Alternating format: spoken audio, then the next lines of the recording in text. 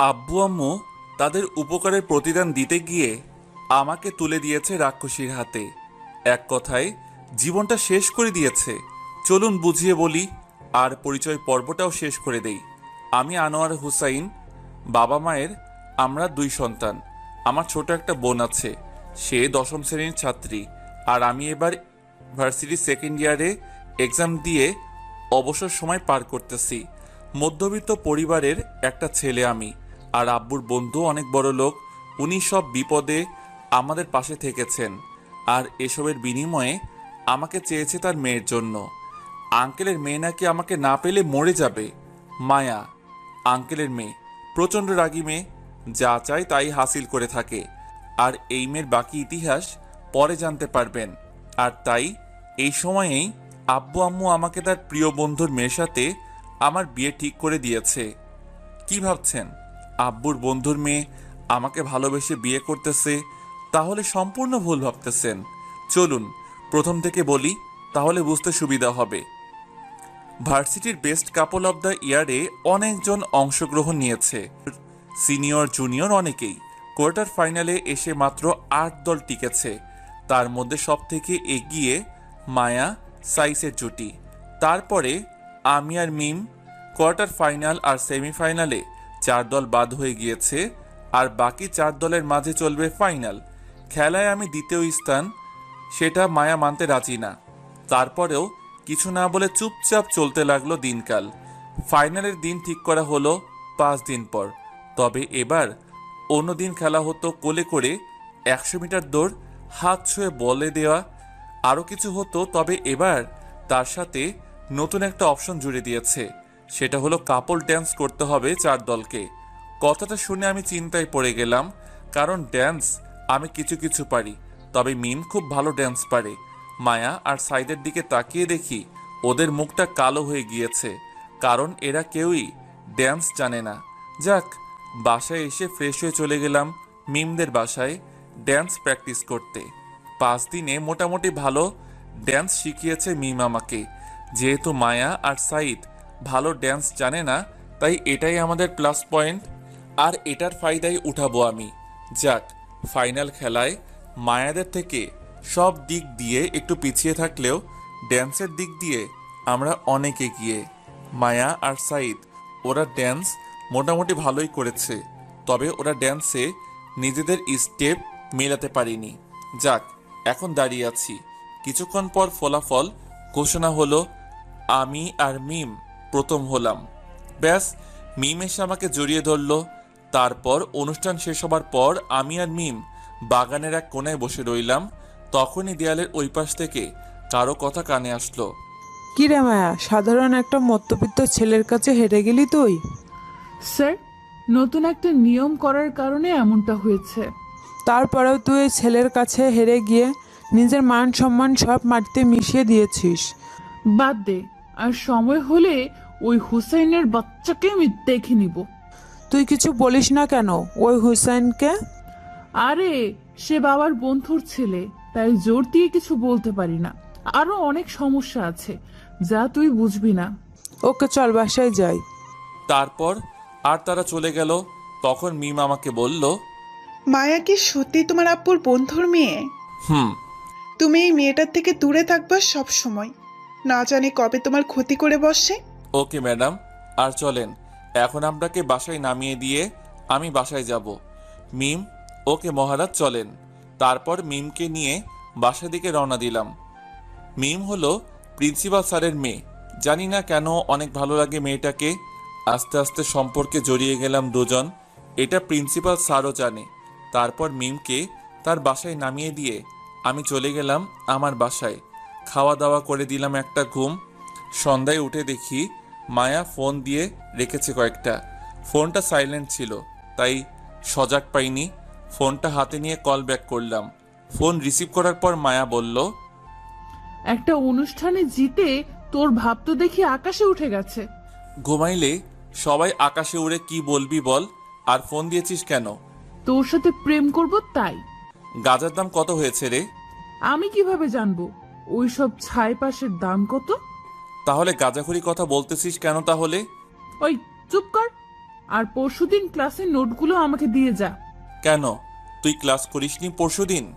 করেছি, তবে নোট করিনি। আর এত ভাবনা নিয়ে তাড়াতাড়ি এনে দিয়ে যা। আমাকে কি তুই তোর কাজের লোক ভাবিস নাকি? তোর প্রয়োজন তুই এসে নিয়ে যা।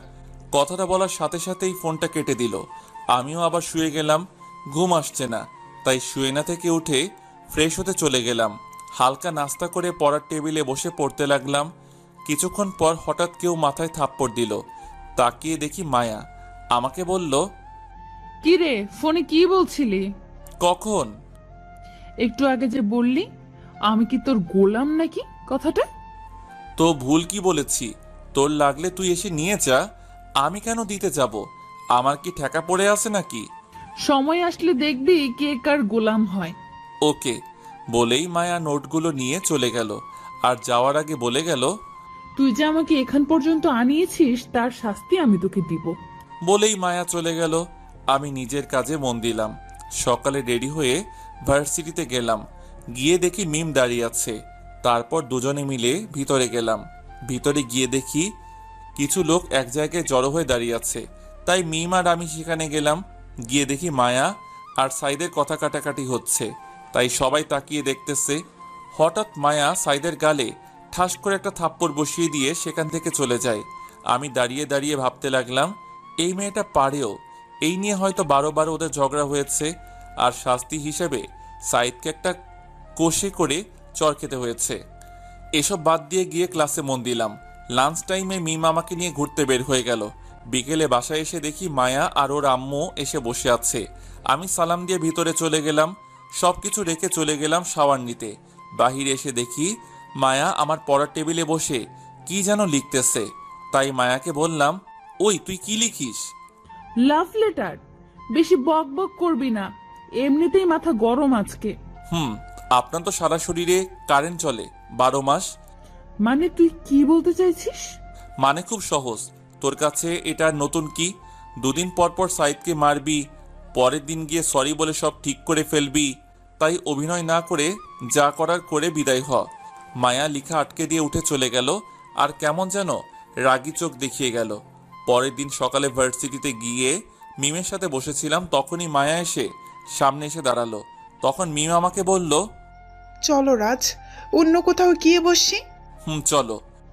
ওই হুসাইন, তুই বলেছিলি না সাইদকে থাপ্পড় দিয়ে আমি আবার সরি বলে সব ঠিক করে ফেলি?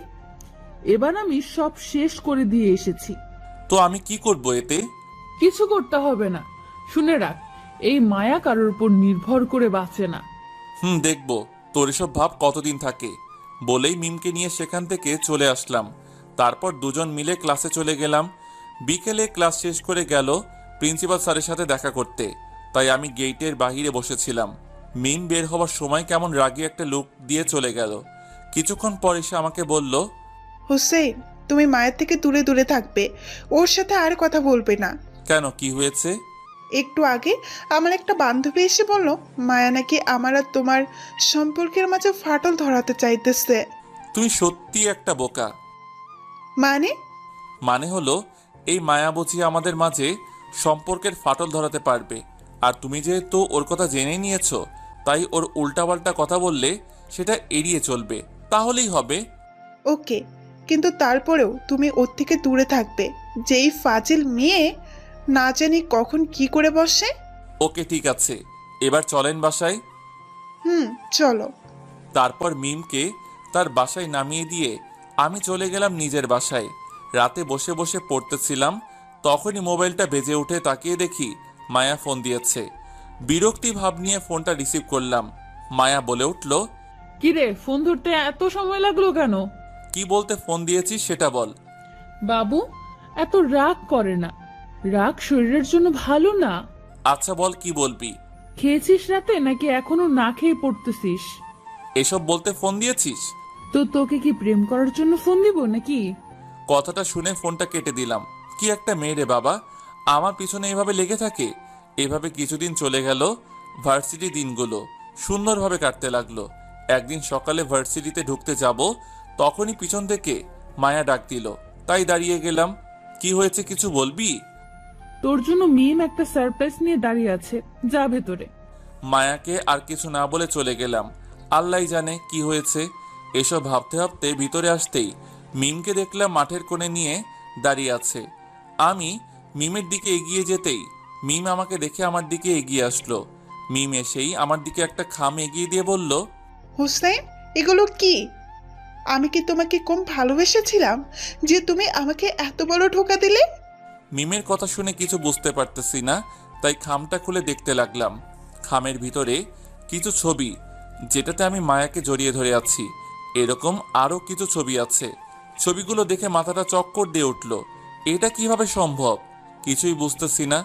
ছবিগুলোতে ডুব দিলাম, তখনই মিমের মাথায় ঘোর কাটলো। সারা কলেজ জানে তুমি আর মায়া একজন আরেকজনের শত্রু, আর ভেতরে ভেতরে এসব করো। প্লিজ চুপ করো, আমাকে ভাবতে দাও। না, তুমি আগে এটা বলো, আমাকে কেন এসবের মাঝে টানলে? আমি কি দোষ করেছি? মিম, তুমি এগুলো পেয়েছো কোথায়? আমার বইয়ের ভেতরে একটু আগে পেয়েছি। বুঝেছি, আসো আমার সাথে। তারপর মিমকে নিয়ে গেলাম মায়ার কাছে। মায়া এক কোনায় ওর বান্ধবীদের সাথে দাঁড়িয়েছিল। আমি গিয়ে মায়াকে জিজ্ঞাসা করলাম, এগুলো কি মায়া? মানে কোনগুলা? দেখ, রাগ উঠাবি না, আর এমন ভাব নিচ্ছিস যে তুই কিছু জানিস না। মায়ার হাতে খামটা ধরিয়ে দিলাম। তারপর মায়া সেগুলো খুলে দেখে আমাকে বলল, দেখ, তোর যদি আমাদের সম্পর্কের কথা কাউকে বলতে লজ্জা পাস, তাহলে এতে আমি কি করব? আর এগুলো ব্যাপারে আমি কিছুই জানি না। তোর আর আমার সম্পর্ক মানে? মানে এটা তোকে বলতে হবে? দেখ মায়া, সত্যিটা কি বল, না হলে রাগ উঠলে কি করব তা তুই ভাবতেও পারবি না। সত্যি বলার কি আছে? আর হ্যাঁ, তোর আর আমার মাঝে একটা সম্পর্ক আছে, ভালোবাসার। এটা তো আর অস্বীকার করতে পারবি না। কি আছে? রিলেশনশিপ। ব্যাস, রাগটাকে আর আটকাতে পারলাম না। ঠাস করে মায়ার গালে একটা চড় বসিয়ে দিলাম। আশেপাশের সবাই হা করে তাকিয়ে রইল আমার দিকে। তাই মায়াকে বললাম, আমাদের রিলেশনের প্রথম উপহার দিলাম। আর যদি আমার আর মিমের মাঝে আসতে চাস তাহলে জানে মেরে ফেলবো, বলে দিলাম। মায়া গালে হাত দিয়ে অবাক হয়ে আমার দিকে তাকিয়ে আছে। আমি মিমকে নিয়ে চলে যাচ্ছিলাম, তখনই তিশা ডাক দিয়ে বলল, তোকে আমি দেখে নিব। আমি ওর কথার কর্ণপাত না করে চলে গেলাম মিমকে নিয়ে। তারপর মিমে রাগ করে বাসায় চলে গেল। মন এমনিতেই খারাপ, তাই ক্লাস না করে বাসায় চলে আসছি। মন খারাপ, তাই দুপুরে খাওয়া দাওয়া করে দিলাম ঘুম। বিকেলে মাথায় কারো হাত ভোলানোর কারণে ঘুমটা ভাঙলো। তাকিয়ে দেখি মায়া আমার পাশে বসে আমার মাথায় হাত বোলাচ্ছে। লাফ দিয়ে উঠে দূরে সরে গেলাম। তারপর মায়াকে বললাম, তুই এখানে কি করিস? বাবু, তোমার ঘুম ভেঙে গেছে? ওই কিসব আবল তাবল বলতেছিস? আর তুই আমাদের বাসায় আসলি কখন? এমন ভাবে বলছিস যেন তোদের বাসা থেকে আমাদের বাসা কয়েক কিলোমিটার দূরে। সামনেই তো, তাই মন চেয়েছে চলে আসলাম। আসছিস ভালো কথা, তো তুই আমার রুমে কি করিস? এমনি ছ্যাঁকা খেয়ে কি অবস্থা দেখতে এলাম। তুই এগুলো করছিস কেন? তোর জন্য আমি সাইদের সাথে ব্রেকআপ করলাম, আর তুই রিলেশনে থাকবি? এইটা কি মানতে পারি বল? দেখ, এসব বাদ দিয়ে রাত্রিকে সব সত্যি বলে দে, মেয়েটা না হলে ভেঙে পড়বে। অসম্ভব। আমি যতদিন অন্য একটা রিলেশনে না যাচ্ছি ততদিন তুইও সিঙ্গেল থাকবি। মায়ার কথা শুনে রাগও উঠল, আবার হাসিও পেল, তাই ফিক করে হেসে দিলাম। মায়া অবাক হয়ে জিজ্ঞাসা করলো, হা হা হা হা হা, কি হলো? এভাবে হাসছিস কেন? তোর কথা শুনে। কেন? আমি হাসির কি বললাম? এই যে বললি তুই রিলেশনে যাওয়ার আগ পর্যন্ত আমাকে সিঙ্গেল থাকতে হবে। তোর রিলেশনের অপেক্ষায় বসে থাকলে আমি বুড়ো হয়ে যাব, তাও তুই রিলেশনে যেতে পারবি না। মানে? এক কথায় তোকে সহ্য করার ক্ষমতা ছিল একমাত্র সাইদের, তাকে ছেড়ে দিয়েছিস, তাই আর কারোর সাথে রিলেশনে যেতে পারবি বলে আমার মনে হয় না। তুই কি আমাকে চ্যালেঞ্জ করতেছিস নাকি? অবশ্যই না, শুধু একটু সুবুদ্ধি দিতেছি, ভালো হয়ে যা, না হলে বিয়ের জন্য আঙ্কেল ছেলে পাবে না তোর জন্য। তুই সকালে থাপ্পড় দিয়েছিস, কিছু বলিনি, কিন্তু এখনের অপমানটা কলিজায় গিয়ে লেগেছে। দেখ, আমি সত্য কথা বলেছি, এটা যদি তোর জন্য অপমান হয় তাহলে আমার কিছু করার নেই। তুই কি বলতে চাইছিস? আমি বিয়ের জন্য পাত্র পাবো না? পাত্র পাবি, তোকে চিনে এমন পাত্র পাবি না, কারণ যারা তোকে চিনে বা স্বভাব সম্পর্কে জানে তারা কখনোই তোকে বিয়ে করবে না। ওকে, আমি আজকে তোকে চ্যালেঞ্জ করে গেলাম, আমি এমন কাউকে বিয়ে করব যে কিনা আমাকে একদম কাছ থেকে চিনে, সেটা যেভাবেই হোক। ওকে, আমিও দেখব। ওকে, আর হ্যাঁ, মিমের সাথে সম্পর্কের কথাটা ভুলে যা। এমন বিষ ঢেলেছি যে সে তোর দিকে তাকালেও থুতু ফেলবে। মিমের সাথে খারাপ কিছু করলে বা বলে থাকলে আমি যে তোর কি অবস্থা করব তা তুই ভাবতেও পারবি না। আমাকে যে সকালে চর দিয়েছিস তার ফল, আর অপমানের ফলটা বাকির খাতে তুলে রাখলাম। বলেই মায়া চলে গেল। আমি মোবাইলটা হাতে নিয়ে দেখি মিমের একটাও কল নেই। অন্য সময় তো কল দিয়ে পাগল করে ফেলতো, তাহলে আজকে একটাও দেয় নাই। তাই উঠে ফ্রেশ হয়ে বেরিয়ে গেলাম। মিমকে ফোন দিয়ে পার্কে আসতে বললাম। মিম আসতে রাজি না। অবশেষে অনেক কষ্টে রাজি করালাম। পার্কে গিয়ে মিমের জন্য অপেক্ষা করতে লাগলাম। কিছুক্ষণ পর খেয়াল করলাম মিম আসতেছে। কিছুটা কাছে আসতেই দেখি মিমের চোখগুলোতে পানি জমে আছে। তাই আমি উঠে মিমের কাছে গিয়ে জিজ্ঞাসা করলাম, কি হয়েছে মিম, তোমাকে এমন দেখাচ্ছে কেন? কিছু না, বলো কি বলতে ডেকেছো? আমার হাতে সময় খুব কম। এমনভাবে বলছো কেন? আগে তো কখনো এমনভাবে কথা বলনি। আচ্ছা বলো কি বলবে। আগে এটা বলো, তোমার চোখে পানি কেন? এমনি ধুলো পড়েছে তাই। আমাকে অবহেলা করতেছো তুমি? আচ্ছা যা বলার বলো, বাসায় কেউই নেই, তাই তাড়াতাড়ি ফিরতে হবে। আসলে মায়া যা বলেছে বা দেখিয়েছে তা সম্পূর্ণ মিথ্যা। আমার আর মায়ার মাঝে এমন কিছুই নেই, আর হবেও না। মিম কিছুক্ষণ চুপ থেকে কি যেন ভাবতে লাগলো। তাই আবার বললাম, প্লিজ মিম, তুমি মায়ার কথা বিশ্বাস করো না। ওই মেয়েটা আমাদের আলাদা করার জন্য এসব বলতেছে। মিম আমার দিকে কিছুক্ষণ মায়াবী দৃষ্টিতে তাকিয়ে থেকে বলল, মায়ার সাথে নাকি তোমার বিয়ে ঠিক হয়ে আছে ছোটবেলা থেকেই? কি? কে বলেছে এই ফাউল কথাটা তোমাকে? মায়া একটু আগেই ফোন করে বলল তোমাকে আমার সাথে ওর বিয়ে ঠিক হয়ে আছে, আর তোমাদের মাঝে নাকি অনেকবার ফিজিক্যাল রিলেশনও হয়েছে। কথাটা শুনে মাথায় আগুন ধরে গেল। মেয়েটা এত নিচে নামতে পারে, যা বলার মতো না।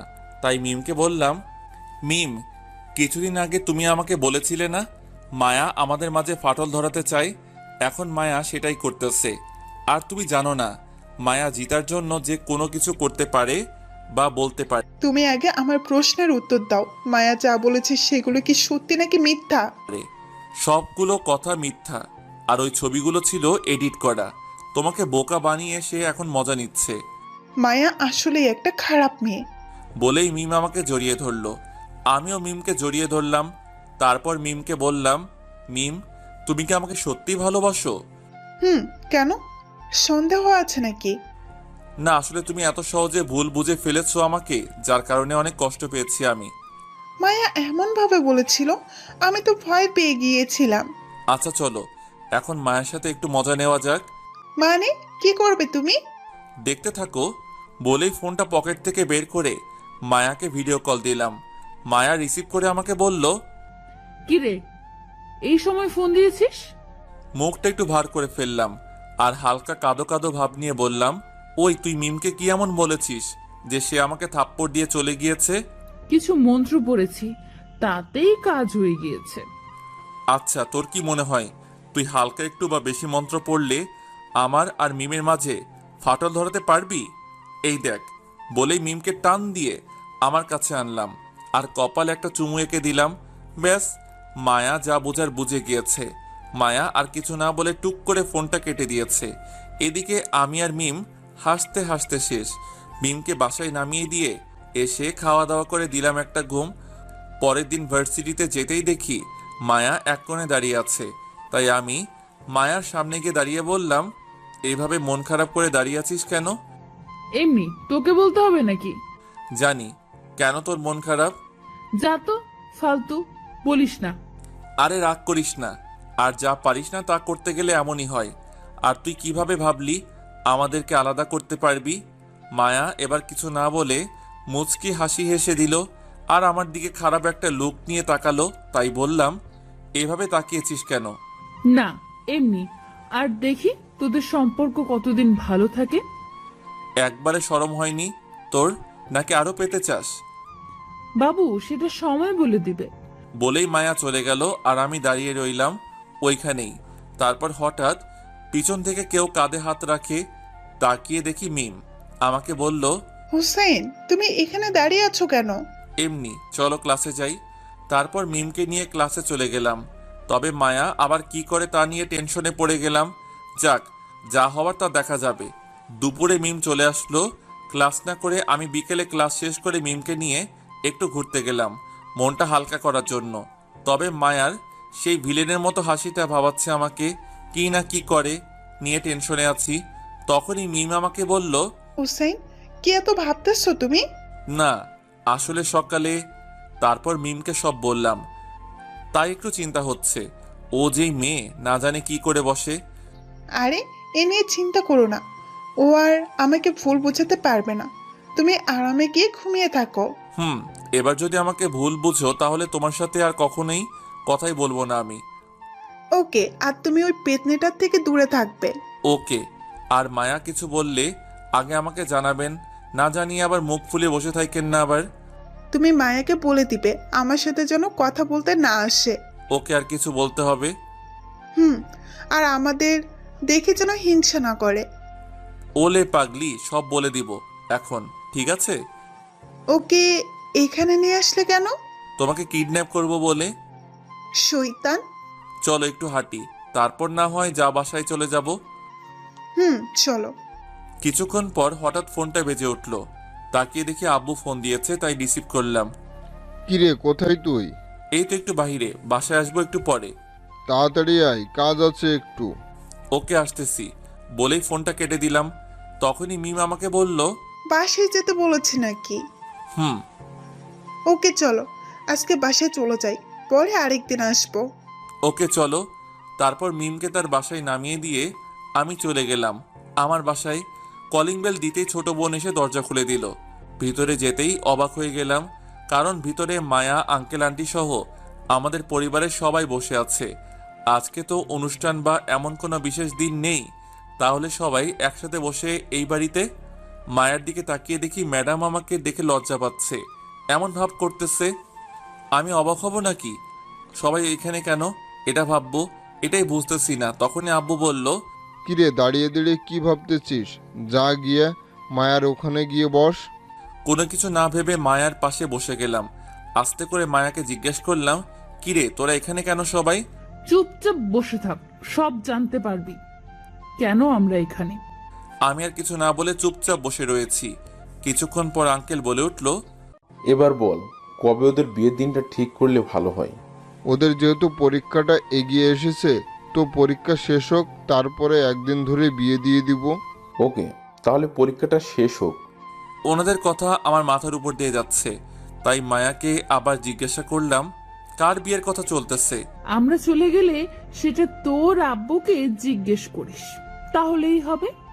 মেজাজটাই খারাপ করে দিল, তাই আর কিছু না বলে বসে রইলাম চুপচাপ। কিছুক্ষণ পর মায়া এরা সবাই চলে গেল। তখনই আব্বুকে জিজ্ঞাসা করলাম, কার বিয়ে নিয়ে কথা বলছো তোমরা? কার আবার? তোর বিয়ে নিয়ে। কি? তোর আর মায়া আপুর বিয়ে নিয়েই তো কথা হলো এতক্ষণ। আব্বু আম্মু, তোমাদের কি মাথা খারাপ হয়ে গিয়েছে নাকি যে আমি ওই মেয়েকে বিয়ে করব? আমাদের মাথা ঠিক আছে বলেই তোর বিয়ে মায়ের সাথে ঠিক করেছি। আমি কোনোদিনও মায়াকে বিয়ে করব না।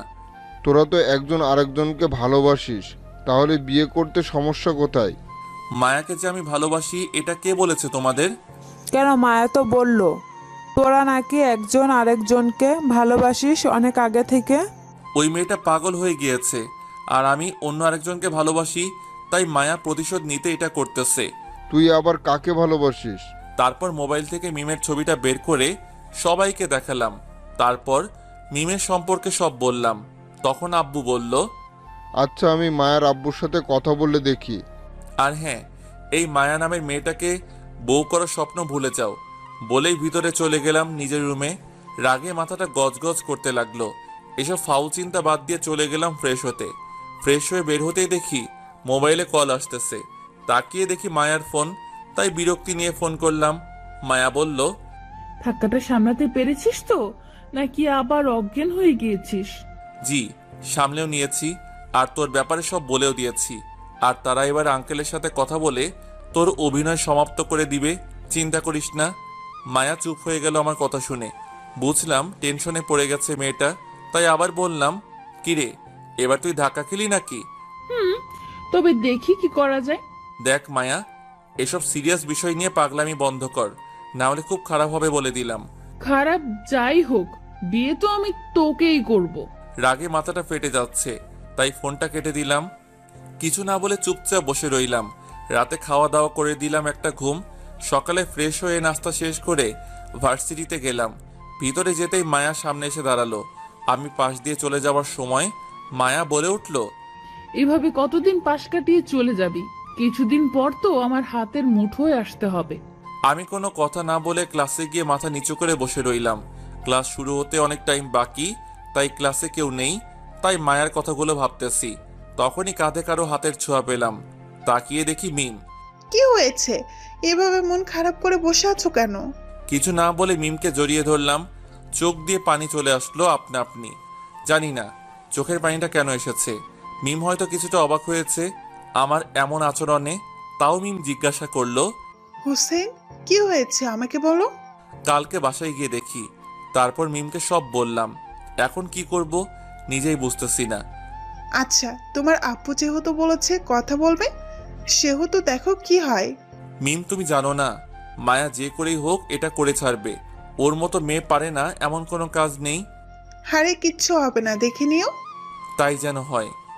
আমরা কথা বলছিলাম, তখনই মিম ক্লাসে ঢুকে আর আমাকে মিমকে জড়িয়ে ধরা দেখে বলে, বাহ, ক্লাসকে কি তোমরা পার্ক বানিয়ে ফেলবে নাকি? মায়া, তুমি কি শুরু করেছো এটা? আমি আবার কি করলাম? যা করার তা তো তোমরা করতেছো। মায়া, তুমি হুসেনের বাসায় বিয়ের প্রপোজাল পাঠিয়েছো কেন? আমার মন চেয়েছে তাই। তুমিও পাঠাও। আমি কি না করেছি নাকি? তুমি আর কাউকে পেলে না হুসেনকে ছাড়া? নাকি হিংসা হয় আমাদের সম্পর্ক দেখে? আমি রাগী, তবে হিংসুটে না। আর হুসেনকে ভালো লেগেছে, তাই বিয়ে করতেছি, হিংসা করে নয়। বলেই মায়ের রুম থেকে চলে গেল। মিম এসে আমার পাশে বসে আমার মাথায় হাত বুলিয়ে দিতে লাগলো। বিকেলে ক্লাস শেষ করে আমি মিমকে তার বাসায় নামিয়ে দিয়ে চলে আসলাম নিজের বাসায়। বাসাতে আসতেই দেখি সবাই মুখটা ভার করে বসে আছে, তাই জিজ্ঞাসা করলাম, কি হয়েছে? সবাই এভাবে মুখটা ভার করে বসে আছো কেন? মায়ের আব্বুকে ফোন দিয়েছিলাম। তো উনি কি বলল? বলল সে নাকি মায়ের সাথে কথা বলেছে, আর মায়া নাকি তোকে ছাড়া অন্য কাউকে বিয়ে করবে না, আর তোকে না পেলে সে সুইসাইড করবে। সে মারা গেলে আমি কি করব? মারা যাবে না বেঁচে থাকবে সেটা সম্পূর্ণ মায়ের ব্যাপার। এখানে আমি কি করতে পারি? তবে মায়াকে আমি বিয়ে করব না, এটা শিওর। কি বলিস এসব? একটা মেয়েকে এভাবে মরতে দিব আমরা? আর তুই জানিস না ওর বাবা আমাদের কত বড় উপকার করেছে? উপকার করেছে ভালো কথা, তার জন্য কি আমি তার মেয়েকে বিয়ে করব নাকি? আর আমি যে অন্য আরেকজনকে পছন্দ করি এটা জেনেও কেন আমার পিছনে পড়ে আছে? দেখ, বিয়ের আগে এমন সম্পর্ক সবারই থাকে। তুই বরং ওই মেয়েটাকে ভুলে যাওয়ার চেষ্টা কর, তাতেই ভালো। আব্বু, তোমাদের কিভাবে বোঝাবো আমি? আঙ্কেলকে বলে দিও আমি এই বিয়ে করব না, মানে করব না। প্লিজ বাবা, একবার ভেবে দেখ। আব্বুকে থামিয়ে দিয়ে আমি বললাম, আঙ্কেলকে বলে দিও সে যদি বিয়ে নিয়ে আর একটা পাও বাড়ায় তাহলে তার মেয়েকে মরতে হবে। না, আমি নিজে সুইসাইড করব, তাহলেই দেখবে সব শান্তি হয়ে গিয়েছে। কথাটা শুনে সবার চোখ মুখ বড় বড় হয়ে গিয়েছে। আমি সেদিকে খেয়াল না করে নিজের রুমে চলে আসলাম। রাতে খাওয়া দাওয়া করে আবার রুমে এসে বসে রইলাম। তখনই মিম কল দিল। তারপর মিমকে সব খুলে বললাম। মিম তারপর কিছুক্ষণ কথা বলে ফোনটা রেখে দিলাম। তারপর কিছুক্ষণ পড়ালেখা করে শুয়ে গেলাম। চোখে লেগে আসতেছিল, তখনই ফোনটা বেজে উঠল। তাকিয়ে দেখি মায়া। রাগটা মাথায় উঠে গেল। আবার মায়া নামটা দেখে একরকম বিরক্ত নিয়ে রিসিভ করে জিজ্ঞাসা করলাম, কি হয়েছে? ফোন দিয়েছিস কেন এত রাতে? তোর সাথে কথা বলতে মন চাইতেছিল, তাই। কেন, ফোন দিতে পারি না নাকি? দেখ, কাজের কিছু বলা থাকলে বল, না হলে ফোনটা রেখে দিব। ওকে শোন, আজকে পরীক্ষার সাবজেক্টের চার্ট দিয়েছে, সেটা তোর ইমেইলে পাঠিয়ে দিয়ে রেখেছি, দেখ। থ্যাঙ্কস বলে ফোনটা কেটে দিলাম। আর একটাও কথা বললাম না। তারপর আরামের একটা ঘুম দিলাম। সকালে উঠে ফ্রেশ হয়ে নাস্তা না খেয়ে ভার্সিটিতে চলে গেলাম। আম্মু ডেকেছিল, কিন্তু এক প্রকার রাগ নিয়ে বেরিয়ে গেলাম। ভার্সিটিতে গিয়ে দেখি মিম দাঁড়িয়ে আছে এক কোনায়, তাই আমি মিমের কাছে গেলাম। তারপর বসে রইলাম চুপ করে, মন খারাপ করে। তখনই পিছন থেকে কেউ কাঁধে হাত রাখলো। তাকিয়ে দেখি মায়া। মায়া বলল, কিরে, তুই নাকি না খেয়ে চলে এসেছিস ভার্সিটিতে? তো কি হয়েছে? খাওয়ার উপর রাগ করতে নেই, ধর এটা খেয়ে নে। বলে একটা প্যাকেট আমার দিকে এগিয়ে দিল। এমনিতেই মাথায় রাগ, তার উপর আবার এসব ঢং করতেছে, তাই বললাম, দেখো মায়া, এমনিতেই মাথা ঠিক নেই, তার উপরে প্যারা দিস না প্লিজ, যা এখান থেকে। ওকে, তবে এগুলো খেয়ে নিস। বলেই প্যাকেটটা রেখে চলে গেল। আমি প্যাকেটটা নিয়ে দূরে ছুঁড়ে মারলাম। তখনই মিম আমাকে বলল, হুসেন, তুমি খেয়ে আসোনি সকালে? আবার তুমি শুরু করো না প্লিজ। না, চলো গিয়ে খেয়ে আসি, আর সব ঠিক হয়ে যাবে দেখো। এখন চলো খেয়ে আসি। তারপর মিমের জোরাজোরির কারণে যেতে হলো খেতে। নাস্তা শেষ করে চলে আসলাম ক্লাসে। বিকেলে ক্লাস শেষ করে বাসায় আসতে দেখি সবাই চুপচাপ করে বসে রয়েছে। আমি কাউকে কিছু না বলে রুমে গিয়ে ফ্রেশ হয়ে খেতে আসলাম। এইভাবে দুদিন কেটে গেল। স্বাভাবিকভাবেই ভাবলাম আঙ্কেল হয়তো এই বিষয়টা নিয়ে আর এগোবে না, কিন্তু শুক্রবার আজকে, তাই সবকিছু বন্ধ। বিকেলে নিচে সবাই মিলে টিভি দেখতেছি, এমন সময় আঙ্কেল ফোন দিয়েছে আব্বুর মোবাইলে। আব্বু ফোন রিসিভ করে কথা বলতে লাগলেন। আব্বু আঙ্কেলকে বোঝাতে চাইতেন, কিন্তু আঙ্কেল বোঝার পাত্রই না। আব্বু তখন ফোনটা লাউড স্পিকারে দিয়ে সবার সামনে রাখলেন। তখন আঙ্কেল বললেন, দেখ, তুই হুসাইনকে যেভাবেই হোক রাজি করা, না হলে মায়া আমাকে হুমকি দিয়েছে যে 1 সপ্তাহের মধ্যে যদি বিয়ের দিন তারিখ ঠিক না হয় তাহলে সে নিজেকে শেষ করে দিবে। তুই মায়ের মাকে একটু বুঝিয়ে বল। আমি তাকে অনেক বুঝিয়েছি, কিন্তু কোনো লাভ হয় নাই। তার একটাই কথা, বিয়ে পরীক্ষার হলেই চলবে, তবে 1 সপ্তাহের ভিতরে। বিয়ে কবে হবে সেই দিন তারিখ ঠিক করতে হবে। দেখ, এখন আমরা যেদিকে যাই সেদিকেই বিপদ। বিয়ে ঠিক না করলে মায়াকে হারাতে হবে, আর ঠিক করলে আমার ছেলেকে হারাতে হবে। দেখ, তুই কি করবি জানি না, তবে হুসাইনকে যে করেই হোক বিয়েতে রাজি করাতে হবে। আমি কি করব নিজেই বুঝতেছি না। দেখ, তুই হুসাইনকে বল, প্রয়োজন পড়লে আমার সব সম্পত্তি আমি হুসাইনের নামে করে দিব, তাও আমার মেয়েকে বাঁচা। দেখো, হোসেন এসবে রাজি হবে না, আর তুই মায়াকে বুঝিয়ে বল যেন পাগলামি না করে। আরে সে কি কথা শোনার মেয়ে নাকি? ও যা বলবে তাই, না হলে কি করে বাকিটা তো তুই জানিসই। দেখো, যেদিকেই যাব সেদিকেই বিপদ দেখতে পাচ্ছি। আমি কি করব কিছুই বুঝতেছি না। দেখ, যেভাবেই হোক হুসাইনকে আমার মেয়ের জন্য চাই। প্রয়োজনে আমি সারা জীবন তোকে যা উপকার করেছি তার বিনিময় হিসেবে হলেও তোর ছেলেকে আমার মেয়ের জন্য চাই, তাও আমি মায়াকে হারাতে পারবো না। কথাটা বলে আঙ্কেল ফোনটা কেটে দিল। আর আমি কথাটা শুনে স্তব্ধ হয়ে গেলাম। উনি বিনিময়ে আমাকে চাইতেছে? কি বলবো, নিজেই ভাষা হারিয়ে ফেলেছি। আব্বুর দিকে তাকিয়ে দেখি মুখটা কালো হয়ে আছে। আমাকেও কিছু বলতে পারতেছেন না, আর ওইদিকেও সামলাতে পারতেছেন না। সবাই থ মেরে বসেছিলাম। তখনই আব্বু বলে উঠল, এবার বলো, আমি কোন দিকে যাব? নিজেকে আজ বড় অপরাধী মনে হচ্ছে। আব্বু আঙ্কেলের সাথে কথা বলে দেখি কি হয়। তুই আর কি বলবি? দেখলি না, উপকারের বিনিময় হিসেবে তোকেই চাইতেছি। আমি আর কিছু বলার ভাষা খুঁজে পেলাম না। উপকারের বিনিময় দিতে হবে এইভাবে তা জানতাম না আমি। এসব ভাবতেছি, তখনই আব্বু বলে উঠল, সব সমস্যা আমাকে ঘিরে। আমি না থাকলে সব ঠিক হয়ে যাবে। তোকে বা মায়াকে কাউকে মরতে হবে না। আমি মরে গেলে সব ঠিক হয়ে যাবে। বলেই আব্বু নিজের রুমে চলে গিয়ে দরজা বন্ধ করে দিল। আম্মু আর ছোট বোন গিয়ে দরজা ধাক্কাতে লাগলো। আমি তখনও জিম মেরে বসে আছি। মিমকে ছাড়া বাঁচার কখনো কল্পনাও করিনি। আর এখন বিয়েতে রাজি না হলে হয়তো আব্বুকে হারাতে হবে। কি করব কিছুই বুঝতেছি না। এমন মনে হচ্ছে নিজের ভিতরে টেনশন বেশি হওয়ার কারণে সেটা জ্যাম হয়ে গিয়েছে। পরিস্থিতি আগে সামলাতে হবে। তাই উঠে আব্বুর দরজার সামনে গিয়ে বললাম, আব্বু, আমি বিয়ে করব মায়াকে, তাও তুমি কিছু করো না প্লিজ। কিছুক্ষণ পর আব্বু বেরিয়ে এসে আমাকে জড়িয়ে ধরে বলল, তুই আমাকে ছোট হওয়া থেকে বাঁচালি। আমি কিছু না বলে রুমে চলে আসলাম। এসে ওয়াশরুমে ঢুকে গেলাম। পানির ট্যাপটা ছেড়ে দিয়ে মুখটা ধুয়ে নিলাম। চোখ দিয়ে পানি পড়তে লাগলো। মনে মনে ভাবতে লাগলাম, আবারও এক মধ্যবিত্ত হেরে গেল পৃথিবীর নিয়মের মাঝে। এসব ভাবছিলাম আর চোখ দিয়ে পানি পড়ছিল। কিছুক্ষণ পর ওয়াশরুম থেকে বেরিয়ে আসলাম। ঠিক করে নিলাম যে হয়তো সুখে থাকতে পারবো না মায়াকে বিয়ে করে, তবে সবাইকে খুশি তো রাখতে পারবো। এতেই অনেক কিছু। তবে এটা করলে যে মিমের কাছে অপরাধী হয়ে যাব, এটা তাদের কিভাবে বোঝাবো? আমি কি করব তা নিজে জানি না। হয়তো একজনের কাছে অপরাধী হব, তবে সবাইকে সুখে রাখতে পারবো, এতেই অনেক। রাতে খাওয়া দাওয়া করে বিছানায় শুয়ে ভাবতে ভাবতে কখন ঘুমিয়েছি তা নিজেও বলতে পারি না। সকালে কারো ফোনে ঘুম ভাঙলো, তাকিয়ে দেখি মিম। বুকটা ধাক করে উঠল, তাও রিসিভ করলাম। মিম বলল, কি জনাব, ঘুম ভাঙেনি? এই তো। আচ্ছা, আজ থেকে নাকি আর ক্লাস হবে না, তাই ভার্সিটিতে আর যাওয়ার দরকার নাই। ওকে, তুমি বিকালে একটু দেখা করতে পারবে? কোথায় আসতে হবে বলো? তুমি নদীর পাড়ে এসো। ওকে। তারপর আরো কিছুক্ষণ কথা বলে ফোনটা রেখে দিলাম। উঠে ফ্রেশ হয়ে নিচে গিয়ে নাস্তা করে নিলাম। তারপর আঙ্কেলের বাসার দিকে রওনা দিলাম। যাওয়ার পর আঙ্কেল আন্টির সাথে কৌশল বিনিময় করে জিজ্ঞাসা করলাম, আন্টি মায়া কোথায়? সে তো ঘুমাচ্ছে। কেন, কোনো কাজ আছে নাকি? না আন্টি, ওর কাছে আমার একটা খাতা আছে, সেটা নিতে এসেছি। আচ্ছা, তুমি যাও, গিয়ে নিয়ে আসো। আমি আর কিছু না বলে সোজা উপরে চলে গেলাম মায়ার রুমে।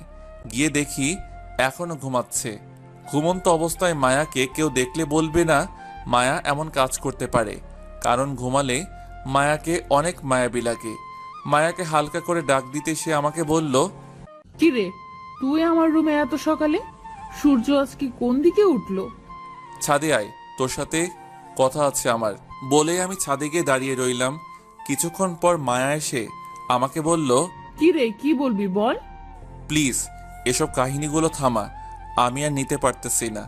তুই কিসের কথা বলছিস? দেখ, ভাব ধরিস না প্লিজ। আর আমি হার মেনেছি তোর কাছে। এখন থেকে তুই যা বলবি আমি তাই শুনবো। তাও এসব ড্রামা বন্ধ কর। আমি তোকে বিয়ে করব, এখানে ড্রামা আসবে কোথা থেকে? আমি সিরিয়াসলি তোকে বিয়ে করব। বললাম তো আমি হার মেনেছি। প্রয়োজন পড়লে তোর পাগুলো দে, আমি তোর পা ধরে ক্ষমা চাইব। আর তুই যা বলবি তাই শুনবো, প্রমিস? ভেবে বলছিস তো? বল কি করতে হবে এর বিনিময়ে? বাসার সবাই যেভাবে বলছে, তুইও তাদের কথা মতো আমাকে বিয়ে করে নে, ব্যাস এটাই দাবি। মায়ার কথায় রাগ উঠতে লাগলো আমার। যে কথাটাই বলি সে সেই কথাটাকে ঘুরিয়ে এই জায়গাতেই আনে। নিজের রাগটাকে কন্ট্রোল করে বললাম, আচ্ছা, বিয়ে করা ছাড়া কি আর কোনো উপায় নেই? আছে তো। তাহলে এতক্ষণ কথা না ঘুরিয়ে এটা উপায়টা বললেই তো পারতি। বল কি উপায়? আমাকে বউ বানিয়ে নে। মাথাটা নষ্ট হয়ে যাবে এই মেয়ের সাথে কথা বললে। তাই আর না বাড়িয়ে চলে আসলাম বাসায়। বিকেলে পার্কে মনমরা হয়ে বসেছিলাম, তখনই মিম এসে পাশে বসে গেল। আমাকে এভাবে বসে থাকতে দেখে জিজ্ঞাসা করলো, এভাবে বসে আছো কেন? কিছু না বলে মাথাটা নিচের দিকে চুপচাপ বসে রইলাম, কারণ মিমকে কি বলবো এটাই ভেবে পাচ্ছি না। তখন মিম আবার বলল, হোসেন, কি হয়েছে তোমার? আমাকে খুলে বলো। আবার নতুন করে কি কিছু হয়েছে? নতুন করে কিছু হয়নি, যা ছিল তা শেষ করে ফেলেছে মায়া, আর আমি হেরে গিয়েছি মিম। মানেটা একটু খুলে বলো প্লিজ। কালকে বিকেলে মিমকে সব বললাম, বলেই চুপ করে গেলাম। মিমের চোখের কোণে পানি জমে আছে, কিন্তু হাত দেওয়ার অধিকারটা হয়তো হারিয়ে ফেলতেছি। এইভাবে কিছুক্ষণ দুজনেই চুপ করে বসে রইলাম। তখনই মিম আমাকে বলল, হোসেন, তুমি আমাকে ভুলে যেতে চেষ্টা করো, তাতেই ভালো। কারণ তোমাকে এমন জায়গায় এনে দাঁড় করিয়েছে যে তোমাকে, হয়তো আমাকে না হয় তোমার বাবার সম্মান আর জীবনটা একটা বেছে নিতে হবে। তাই তোমার জন্য ভালো হবে আমায় ভুলে যাওয়া। আমি অশ্রু চোখে মিমের দিকে তাকালাম। মিম তার নজর সরিয়ে নিল। হয়তো নজর মিলাতে মিম নিজেকে সামলে রাখতে পারবে না, তাই নজর নামিয়ে ফেলেছে। মিম জানো, আমি এমন একটা জায়গায় এসে দাঁড়িয়েছি, এখন সামনে পিছনে যেদিকেই যাই কারো না কারো কাছে অপরাধী হতে হবে। হোসেন, তুমি নিজেকে সামনের দিকে নিয়ে যাও, আর আমি কিছু মনে করব না। তুমি মায়াকে বিয়ে করে নাও, তাহলে তুমি অনেক খুশি হবে। সান্ত্বনা দিতেছো? মিম আমাকে কিছু না বলে চুপচাপ বসে রইল। মিমের পাশে বসে থাকতে পারতেছি না, নিজেকে কেমন অপরাধী মনে হচ্ছে নিজেকে। তখনই মিম বলল, চলো বাসায় যাই, এমনিতেই অনেক রাত হয়ে যাচ্ছে। আর আমরা একসাথে থাকতে পারবো না বলে কি হয়েছে? আমরা তো ভালো ফ্রেন্ড হয়ে থাকতে পারি নাকি?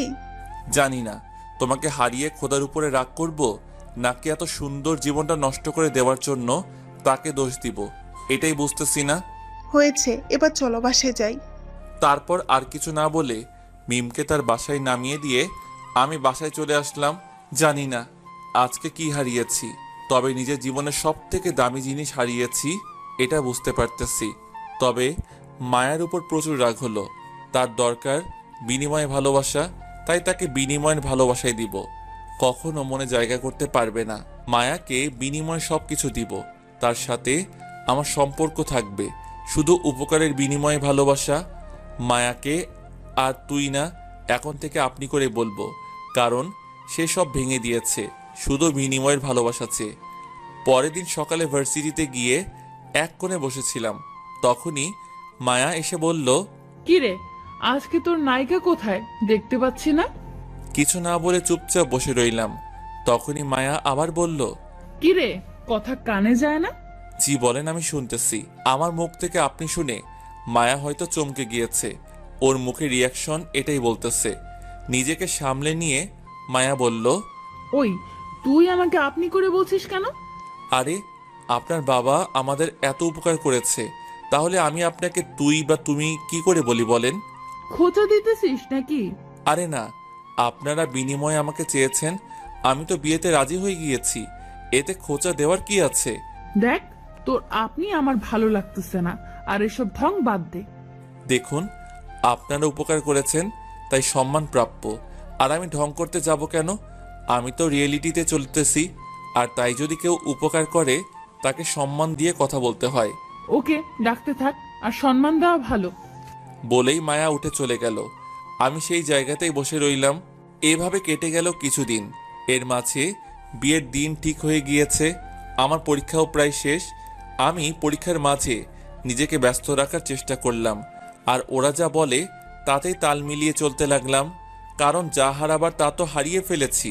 হয়তো ওই দিনই জীবনের শেষ দিনটাও কাটিয়ে নিয়েছিলাম।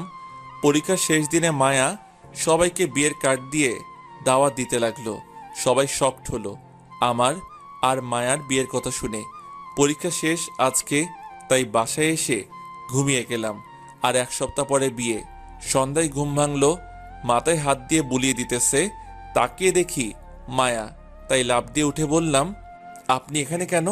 কেন, আর 10 দিন পর তো এই রুমটা তো আমারও হবে, তাই আগে থেকেই এসে অভ্যাস করতেছি। ও হ্যাঁ, তা বলেন, আপনার কি সেবা করতে পারি? কিছু করা লাগবে না, তুই এখানে শুয়ে থাক, আমি তোর চুলে বিলি কেটে দিতে ভালো লাগতেছে। আমি কিছু না বলে চুপচাপ শুয়ে গেলাম, কারণ জীবনের একটাই লক্ষ্য এখন, তার বিনিময় কিভাবে পূরণ করব। এভাবে কেটে গেল আরো 9 দিন। সবকিছুই ঠিকঠাক চলতেছিল। বিয়েটাও হয়ে গেল আজকে। সবাই মুখে হাসি, আমিও হাসতেছি, তবে সেটা মন থেকে নয়, সবাইকে খুশি রাখার জন্য। মায়াকে নিয়ে বাসায় আসতে আসতে গভীর রাত হয়ে গিয়েছে। সবাই মায়াকে নিয়ে পড়ে আছে, তাই আমি বাহিরে গিয়ে বসে রইলাম। রাতে বাহিরে বসে চাঁদের দিকে তাকিয়েছিলাম, তখনই আব্বু কাঁধে হাত রাখলো। আমি বললাম, আব্বু কিছু বলবে? তোকে অনেক কষ্ট দিয়ে ফেলেছি না রে? আরে ধর, কি যে বলো না, তোমার সম্মান বাঁচাতে নিজেকে কোরবানি করে দিতে পারি, এটা আর কি। আচ্ছা যা, অনেক রাত হয়ে গেছে, এখন রুমে যা। বলেই সেখান থেকে সোজা রুমে চলে আসলাম। দরজা লাগিয়ে ওয়াশরুমে চলে গেলাম। ফ্রেশ হয়ে এসে দেখি মায়া নতুন বউয়ের মতো খাটে বসে আছে, তাই গিয়ে জিজ্ঞাসা করলাম, আপনার কি সেবা লাগবে বললে ভালো হতো। মায়া এবার চট করে ঘুমটা খুলে আমার দিকে রাগী চোখে তাকিয়ে বলল, নতুন বউয়ের সাথে কি করতে হয় তা জানিস না? জি, বলে দিলে ভালো হতো। নিজের ভিতরের ফিলিংস থেকে যা আসে তা থেকে কর, এটাও কি বলে দিতে হবে? সরি, আসলে ভিতরের ফিলিংস শব্দটা মারা গিয়েছে, তাই কি করতে হবে বলে দিলে ভালো হয়। মায়া অবাক হয়ে কিছুক্ষণ তাকিয়ে রইল, হয়তো ভাবতেছে এমন ছেলেটা কবে বদলে গেল। কিছুক্ষণ পর আমাকে বলল, কিছু করতে হবে না, এসে শুয়ে পড়। জি ঠিক আছে, বলেই গিয়ে খাটের একপাশে শুয়ে গেলাম। মায়া চলে গেল ফ্রেশ হতে। কিছুক্ষণ পর ফ্রেশ হয়ে এসে মায়া আমার বুকে মাথা রাখলো। আমি চুপচাপ মরার মতো পড়ে রইলাম। তখন মায়া বলল, আমাকে জড়িয়ে ধর। আমি কোনো কথা না বলে জড়িয়ে ধরলাম। তারপর মায়া চুপচাপ ঘুমিয়ে গেল। আমার চোখে ঘুম নেই, শুধু একটা কথাই মাথায় নাড়া দিতেছে, সবার মন রাখতে গিয়ে একজনের মন ভেঙে দিলাম আমি। এই অপরাধের ক্ষমা কোথায় থেকে পাবো? আর মায়ার ফিলিংসের কথা বলছে, সে নিজে জানে না ফিলিংসগুলো শুধু একজনকে ঘিরে, আর সেই হারিয়ে গেছে আমার জীবন থেকে। এসব হাজারো চিন্তা করতে লাগলাম আর চোখ দিয়ে সমানে পানি পড়তে লাগলো। কখন যে সকাল হয়ে গেল নিজেও জানি না। হঠাৎ মায়ার বুকের মাঝে নড়াচড়া দিয়ে উঠল। বুঝলাম মায়ার ঘুম ভাঙতেছে। আমি হাত দিয়ে চোখের পানিগুলো মুছে ঘুমের ভান ধরে চোখটা বন্ধ করে নিলাম। মায়া উঠেই নিজেকে আমার থেকে ছাড়িয়ে নিল। তারপর হঠাৎ করে আমি নিজের গালে নরম ঠোঁটের ছোঁয়া অনুভব করলাম। তারপর মায়া চলে গেল। আমি তাকিয়ে দেখি ওয়াশরুমে চলে গিয়েছে ফ্রেশ হতে। কিছুক্ষণ পর ফিরে এসে আসার শব্দ পেলাম, তাই আবার চোখ বন্ধ করে শুয়ে রইলাম। কিছুক্ষণ পর মায়া আমাকে ডাক দিল। ঘুম ভেঙেছে এমন একটা ভাব নিয়ে তাকালাম। তখনই মায়া বলল, তুই রাতের বেলায় ঘুমের মধ্যে কিস করলি কেন আমাকে? মায়ার কথা শুনে আমি টাসকি খেয়ে এলাম। কাল রাতে আমি ঘুমালাম কখন? নাকি মায়া ভাব নেওয়ার জন্য বলেছে? এসব ভাবতেছি তখন মায়া আবার বলল, কিরে, উত্তর দিচ্ছিস না কেন? সরি, আসলে ঘুমের মধ্যে মানুষ কি করে তা তো বলতে পারে না, তাই ভুল করে হয়ে গিয়েছে, মাফ করে দিবেন প্লিজ। ওকে, যা উঠে ফ্রেশ হয়ে আয়। ওকে বলেই উঠে চলে গেলাম ফ্রেশ হতে। ফ্রেশ হয়ে এসে রেডি হবার পর মায়া আর আম্মুকে নিয়ে নাস্তা করতে গেলাম। আমি চুপচাপ গিয়ে নাস্তা করতে বসে গেলাম। ওইদিকে মায়াকে নিয়ে সবাই মজা করতেছে। এসব কেমন যেন বিরক্ত লাগতেছে, তাই হালকা কিছু খেয়ে রুমে চলে আসলাম। কিছুতেই ভালো লাগতেছে না। আমার পিছন পিছন মায়াও রুমে আসলো। এসে আমাকে বলল, রুমে চলে আসলি কেন? আসলে ভালো লাগতেছিল না, তাই চলে আসছি। কেন, কোনো সমস্যা হয়েছে নাকি? সবাই কেমন করে যেন তাকিয়ে দেখতেছিল তোর চলে আসার দিকে। ও তো এখন কি করতে হবে বলেন?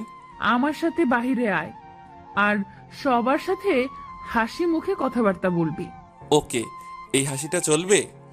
তোরে হাসি দিতে বলছি, দাঁত বের করে দেখাতে বলি নাই। আর এমন ভাবে হাসি দিতেছিস যেন হাসি দিতে কষ্ট হইতেছে তোর। আসলে এর চেয়ে সুন্দর হাসি আমি দিতে পারি না। কেন, আগে যে মিমের সাথে বসে বসে হাসতি, ওইগুলো কোথায় এখন? ওই যার নামটা বলেছেন তার সাথে মাটি চাপা পড়ে গেছে হাসিগুলো। আমার কথা শুনে মায়া চুপ হয়ে গেল, কিছু বলতে গিয়েও থেমে গেল। তারপর বলল, আয় বাইরে যাই, রুমে ভালো লাগতেছে না। চলেন। তারপর মায়াকে নিয়ে বাহিরে গেলাম, সবার সাথে কথা বলতে লাগলাম। বিকেলে রেস্ট করতে রুমে এসে শুয়েছিলাম, তখনই মায়া রুমে আসলো। তারপর ফ্রেশ হতে চলে গেল। ফ্রেশ হয়ে এসে দরজা লাগিয়ে দিয়ে এসে আবার বুকে শুয়ে গেল। আমি আগের মতোই শুয়েছিলাম। তখন মায়া বলল, আচ্ছা হুসেন, এখন তো স্বামী স্ত্রী, তাই না? কাজী সাহেব বলেছিল, কালকে শুনেছি। তুই কি এখনো আমাকে মেনে নিতে পারিসনি? তোর কি বলেন এসব? আমি তো ওই দিন আপনাকে মেনে নিয়েছি, যেদিন আপনার আব্বু বিনিময় চেয়েছিল। হুসেন প্লিজ, পেছনে সবকিছু ভুলে যা, এখন এসব মনে রেখে লাভ নেই। ওকে, ভুলে গেলাম। এই তো ভালো ছেলে, তো এখন বল আমাকে ভালোবাসিস কিনা? ভালোবাসাটা কি জানতে পারলে খুব ভালো হতো। দেখ হুসেন, আমি মানতেছি যে আমি তোকে জোর করে বিয়ে করেছি, কিন্তু এখন তো সবকিছু মেনে নিয়েছি, তুইও মেনে নে, তাতেই ভালো। ওকে। আচ্ছা হুসেন, তুই কি এখনো ওই মিমকে ভালোবাসিস? দেখুন, এসব বিষয় জানার আপনার কোনো অধিকার নেই। তার চেয়ে ভালো আপনার কি উপকার করতে পারি এটা বলেন। আমি নিজে সবটুকু দিয়ে চেষ্টা করব সেটা পূরণ করার। কথাগুলো বলতে বলতে চোখের কোণ দিয়ে টপ টপ করে 2 ফোঁটা পানি ঝরে গেল। তাড়াতাড়ি করে মুছে ফেললাম। মায়া আমার কথা শুনে আর কিছু না বলে চুপচাপ শুয়ে রইল। আমি মনে মনে ভাবতে লাগলাম, এখন কেমন লাগে মায়া? আমিও ওই দিন এমনভাবে কষ্ট পেয়েছিলাম যা হয়তো তুমি আজকে ফিল করতেছো। মায়া বললে হয়তো আমি তার সাথে সেক্স করতে, আমি তাও করব, তবে তা বিনিময় হিসেবে ভালোবেসে না, কারণ আমি মাটি দিয়ে দিয়েছি আমার মন আর বাকি সবকিছু মিমে চলে যাওয়ার সাথে। এখন নিয়ম মতো রোবটের মতো নিজের দায়িত্ব পালন করে যাব, এটাই হয়তো বাকি জীবনে থাকবে। এসব ভাবতে ভাবতে কখন যে ঘুমিয়ে গেছি তা নিজেও জানি না। চোখ খুলল কারো ডাকে, তাকিয়ে দেখি মায়া মাথার পাশে বসে আছে। এবার আর ঘাবড়াইনি। মায়াকে বললাম, জি কিছু বলবেন অথবা কিছু করতে হবে আমাকে? জি, এখন উঠে নিচে খেতে আসেন, সবাই খেতে বসে আছে। ঘড়ির দিকে তাকিয়ে দেখি অনেকক্ষণ ঘুমিয়েছি, তাই উঠে ফ্রেশ হয়ে চলে গেলাম খেতে। খাওয়া দাওয়া করে আবার রুমে চলে আসলাম। এসে বসে রইলাম চুপচাপ। কি করব তাও ভেবে পাচ্ছি না। ভার্সিটি খোলা থাকলে এমনটা না করে এসব কাটিয়ে উঠতে পারতাম। এখন তো পুরো বেকার লাগতেছে নিজেকে। এসব ভাবতেছিলাম, তখনই মায়া রুমে আসলো। এসে আমাকে বলল, কি রে, তোর শরীর ভালো না? জি ভালো, বলেন আপনার কিভাবে সেবা করতে পারি? ওই আমি তোরে বলছি আমার কিছু লাগবে? না। তাহলে কথায় কথায় এটা বলিস কেন? বলেন আপনার কি সেবা করতে পারি? জি, নিজের কাজটা যদি ভুলে যাই আর আপনি যদি এতে কষ্ট পান, তাই দায়িত্ব নিয়ে নিজের কাজটা নিজে করি। মায়া আমার কথা শুনে কিছুক্ষণ ড্যাব ড্যাব করে তাকিয়ে রইল। তারপরে হঠাৎ ঠাস করে গালে একটা চর বসিয়ে দিল। আমি বললাম, এতক্ষণে ভালো লাগতেছে আমার যে আপনাকে সেবা দিতে পেরেছি। মায়া আর কিছু না বলে ওয়াশরুমে চলে গেল। আমি কিছু না বলে বিছানায় গিয়ে শুয়ে রইলাম। কিছুক্ষণ পর মায়া ওয়াশরুম থেকে বের হয়ে এসে আমার পাশে শুয়ে গেল। আমি সেদিকে খেয়াল না করে নিজের মতো শুয়ে রইলাম। কিছুক্ষণ দুজনের মাঝে নীরবতা বজায় রইল। হঠাৎ মায়া বলে উঠল, হুসাইন, তুই আমার বুকে মাথা দিয়ে ঘুমা আজকে। আমি মায়ার কথা মতো মায়ার বুকে মাথা দিয়ে শুয়ে গেলাম। তখন মায়া আমাকে বলল, আমার হার্টবিট শুনতে পাচ্ছিস হুসাইন? জি। হার্টবিট গুলো কি বলতেছে তাকে শুনতে পাচ্ছিস না? সরি ম্যাডাম, এসব বোঝার ক্ষমতা আমি অনেক আগেই হারিয়ে ফেলেছি। দেখ হুসাইন, আমি জানি তুই আমার উপর রাগ করে আছিস, মাফ করে দে প্লিজ। দেখুন, আমি কোনো ব্যাপারে আপনার উপরে রাগ করে নেই, তাই বারে বারে মাপ চেয়ে আমাকে লজ্জা দিবেন না প্লিজ। দেখ, এভাবে বলিস না, বললাম তো ভুল হয়ে গিয়েছে। প্লিজ ম্যাডাম, এভাবে বলবেন না। আমি যদি পারতাম তাহলে ক্ষমা করে দিতাম। দেখ হুসাইন, তোকে জোর করব না, তুই ক্ষমা করে দে, না হলে কিন্তু আমি বাধ্য হব জোর করতে। ম্যাডাম, আপনি বললেই আমি কাজ করে দিব, জোর করার কি আছে? আমার কথা শুনে মায়া রাগে টলমল করতে লাগলো। আমি কিছু না বলে চুপচাপ রইলাম। তখন মায়া আবার বলল, বুঝছি, তোকে বুঝিয়ে পারবো না, তাই যা করার আমাকেই করতে হবে। আপনি কেন কষ্ট করতে যাবেন? আমাকে বলেন, আমি করে দিচ্ছি। তুই কি করতে পারবি? আমার সাধ্যের ভিতরে হলে অবশ্যই পারবো। ওকে, ভালোবাসতে পারবি আমাকে? সরি ম্যাডাম, এটা আমার সাধ্যের অনেক বাহিরে, তাই পারবো না। আপনি চাইলে জীবন দিতে পারি, তবে ভালোবাসতে পারবো না। কথায় কথায় খুঁজে দেওয়াটা কোথা থেকে শিখেছিস? বলবি একটু, বলবি? সময়ের কাছ থেকে। আসলে সময় মানুষকে বদলে দেয় আর অনেক কিছু শিখিয়ে দেয়। মাঝে মাঝে পাথর সহ বানিয়ে দেয় একটা মানুষকে। হো, তাই এমন ভাবে কথা বলিস? আন্তরিকভাবে দুঃখিত আমি। আপনি যদি আমার কথায় কষ্ট পেয়ে থাকেন। আমার কথা শুনে মায়া ফিক করে হেসে দিল। তারপর বলল, তোর কথায় শুধু কষ্ট পাই না, এমন লাগে বুকের ভেতরে হাতুড়ি দিয়ে আঘাত করতেছে, বুঝছ? জি ম্যাডাম। আচ্ছা, এসব বাদ দিয়ে একটা সোজা কথা বলে দিই, শুনে রাখ। জি বলেন। তোকে আমি 2 দিন সময় দিলাম, এর মাঝে আমাকে ভালোবেসে মেনে নিবি। তোর জন্য ভালো, আর এর মাঝে মেনে না নিলে তোর থেকে জোর করে আমি আমার অধিকার আদায় করে নিব। হালকা মুচকি হেসে আমি চোখ বন্ধ করে ফেললাম। জানি না মায়া কি ভাবতেছে, আর সেটা জানার কোনো প্রয়োজনও মনে করি না। মায়া আমাকে জড়িয়ে ধরল। আমি কোনো কিছু না বলে চুপ করে শুয়ে রইলাম। হাজারো চিন্তা মাথায় নিয়ে ঘুমিয়ে গেলাম। কখন তা বলতে পারি না। সকালে ঘুম ভেঙে তাকিয়ে দেখি আমি নিজের সিটে শুয়ে আছি, আর মায়া আমার বুকে শুয়ে ঘুমিয়ে আছে। আমি ওঠার জন্য হালকা করে মায়াকে বুকে নামাতে চাইছিলাম, তখনই মায়ার ঘুমটা ভেঙে গেছে। ঘুমন্ত গলায় আমাকে বলল, হুসেন, ঘুমাতে দে তো একটু। এত নড়াচড়া না করে যেভাবে আছিস সেভাবেই শুয়ে থাক প্লিজ। তারপর আবার ওইভাবে শুয়ে রইলাম। কি আর করার, কিছু না বলে চুপচাপ শুয়ে চোখ বন্ধ করে রাখলাম। এভাবে কেটে গেল 2 দিন। বিয়ের সব নিয়ম প্রায় শেষ, তবে বাসায় বসে থাকতে থাকতে ভালো লাগতেছে না। তার উপর এসব প্যারা। রাতে বসে বসে মোবাইল টিপতেছিলাম, তখনই মায়া রুমে আসলো। এসে আমাকে বলল, কিরে, আজকে তো 2 দিন শেষ, কি ঠিক করলি? আপনি আমাকে যা বলবেন তাই করব। আমি তাই এখানে মেনে নেওয়া আর না নেওয়ার কিছুই নেই। বুঝছি, তোকে বুঝিয়ে লাভ নেই, তার চেয়ে বরং তোর সাথে কঠিন হয়ে থাকাটা ভালো। এটা আপনার ইচ্ছা। ঠিক আছে, এখন এদিকে এসে আমাকে কিস কর। মায়ার কথা মতো তার কাছে গিয়ে কপালে একটা কিস করলাম। তখন মায়া রেগে বলল, ওই, তোরে কপালে কিস করতে বলেছিলাম আমি? সরি ম্যাডাম, আপনি স্থান উল্লেখ করেন নাই, তাই আমি কপালে করেছি। ওই, নিজের বউয়ের কপালে কিস করে কেউ? আর এটা বলে দেওয়া লাগে নাকি? বউ কথাটা শুনে নিজের অজান্তেই ফিক করে হেসে দিলাম আমি। মায়া আমার হাসি দেখে অবাক হয়ে তাকিয়ে রইল। তারপর নিজেকে সামনে নিয়ে বললাম, সরি ম্যাডাম, আসলে একটা কথা মনে পড়ায় হাসি পেয়ে গিয়েছিল। আমি বুঝেছি কেন হেসেছিস। থাক, তোকে কিছু করা লাগবো না, যা করার আমিই করতেছি। জি ম্যাডাম। কথাটা বলতে না বলতেই মায়া আমার ঠোঁটগুলোকে সে নিজের ঠোঁট দিয়ে দখল করে নিল। তারপরে কিছুটা স্কিপ করে যাওয়াই ভালো, তবে মন থেকে একটু হয়নি, যা হয়েছে সব বিনিময় থেকে করেছি। সকালে ঘুম থেকে উঠে দেখি মায়া এখনো ঘুমাচ্ছে, তাই উঠে চলে গেলাম ফ্রেশ হতে। শেষ বিকেলে রুমে বসেছিলাম, তখনই মায়া রুমে আসলো, এসে বলল, হুসেন চল, বাইরে কোথাও গিয়ে ঘুরে আসি। জি বলেন, কোথায় যেতে চান? আমি নিয়ে যাচ্ছি।